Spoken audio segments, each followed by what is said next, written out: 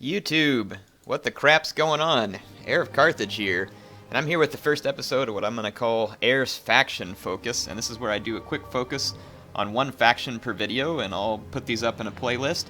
And some of you all pointed out that my other playlists were out of order. I didn't realize YouTube did it that way whenever I selected them and put them in there, so I corrected them.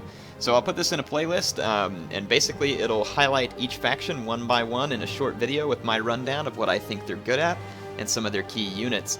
So we're going to start with the Arverni, and I'm going to work through these alphabetically speaking, so you can keep an eye out for your favorite faction, or if you want to put your 2 cents on top of what I say, then feel free in the comments.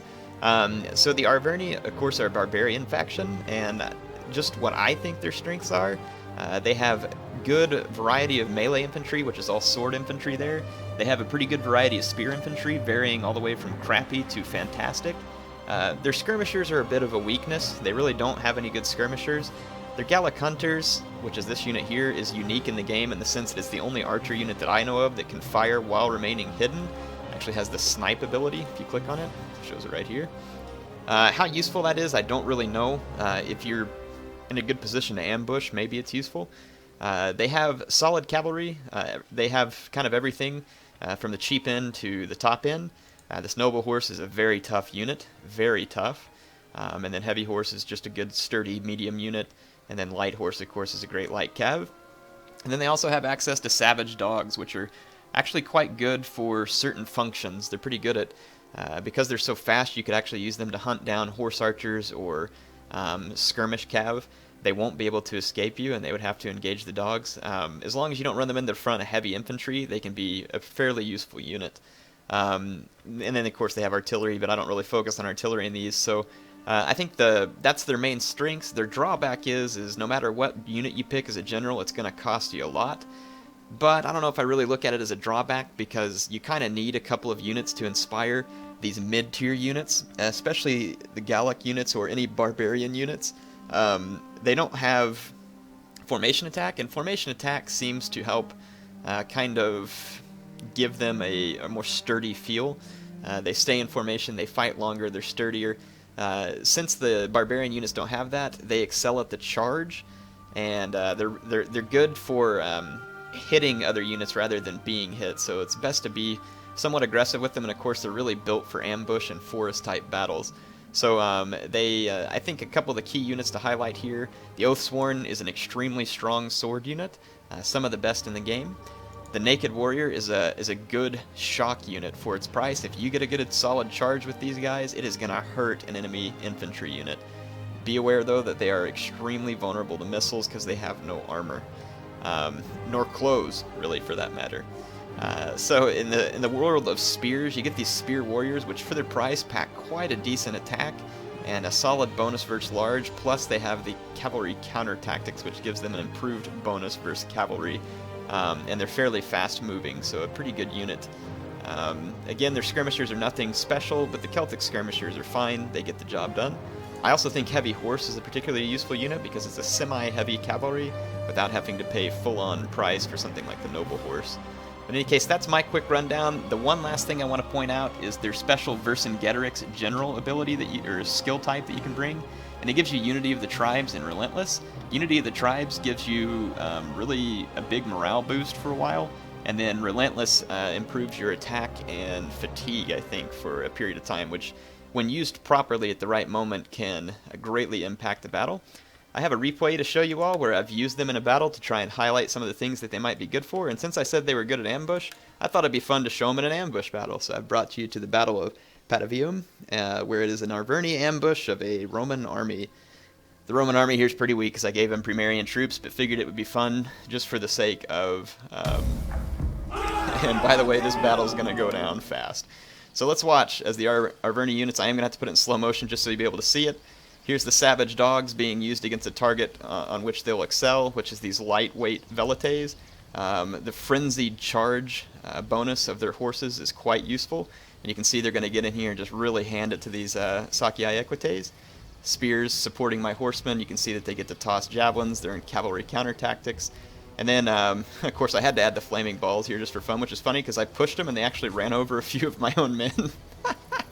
Sucks to be them. But in any case, there's not really a good hill for me to use them on here, but I did manage to hit the Romans with them. at least in a couple of spots. But anyway, you can see that my archers, I wonder if one of them stayed hidden while firing. Nope, both of them were too close to the Romans to remain unhidden, so you can see that snipe ability might be hard to use, but I got my archers and other units firing, and then you can see that the devastating effect that my charges have on a Roman unit that's not ready, like this one in particular getting charged by naked warriors from the flank. That's going to be brutal. Those Principes are going to lose quite a few men there. And yeah, you can just see my men going at it, and I'll put it into play to just kind of show you how fast something like this can play out. And we'll go into the cinematic scene to make it more dramatic, so you can see my Arverni warriors pretty much cutting down the Romans in most places. You can see their cavalry's already fallen. They're going to send a unit of Hastati to reinforce, but then they get intercepted by my war dogs here as well. So yes, definitely gruesome units when it comes to ambush. They're quite good at it. That's definitely going to be their forte. See this cavalry, heavy horse is a good unit for running down somewhat weakened sword units. It can dispatch of them fairly well. It doesn't have a bonus versus infantry like a noble horse would, but still fairly effective at taking down a weakened sword unit. Yep. Hopefully this gives you a little bit of an idea of what to expect from the Arverni. So again, they're going to be a faction best used in a map that probably favors them terrain speaking, with a little bit of terrain like forest or some hills or other things that they can use to their advantage. Not necessarily a great open ground faction. Other things to be aware of when using their sword units: make sure to time your frenzies and headhunts well on the units that have them. Those are key, because the frenzy, and remember the barbarian units are best on the charge, and you can see here some of these units do pretty darn well, all things considered. Now, of course, the Romans routed so fast it's hard to tell what was going on, but look how many skirmishers those dogs ripped up in the short amount of time that they were there. Something to be aware of if you get them into the right target. But let me show you what I was talking about as far as those frenzies and headhunts real quick. And essentially on these units like the Naked Warriors, they have Frenzy, which if you look at it, it says it improves charge damage and weapon damage. This is something that should be used on the charge, in my opinion. Get that charge in and get that damage in early before your guys get damaged. It is going to fatigue your men, so if you think you can win a fight without it, it may be worth considering going without it, because let's say, for instance, you win the infantry fight, but now your guys are exhausted. They won't be able to catch up with any enemy skirmishers that you haven't been able to dispatch. So Frenzy is going to help you deal out a lot of damage fast, especially when combined with Relentless from this Vercingetorix ability. It'll really help your men be effective shock infantry, but you have to coordinate those well. You've got to get your Frenzies popped, and you got to get that Relentless popped in there, and it'll really help the Arverni be a more punishing faction. So just a quick couple of recommendations. So factions that I think the Arverni would do well against would be other infantry factions. So Arverni will do fine against other infantry factions. They're going to have a harder time against skirmishing factions, and they're going to have a very hard time against elephant factions if they can't figure out a way to use their javelins to get rid of the enemy elephants. They do have some tools for dealing with pikes. They have the javelins, which can rip apart pikes, and their men are quite maneuverable. But I mean, you're going to have to definitely be careful of factions that have heavy shock cav available to them, and also elephants. That's going to be your main dangers, is the Arverni. So I hope you all enjoyed it. HeirofCarthage signing off for now.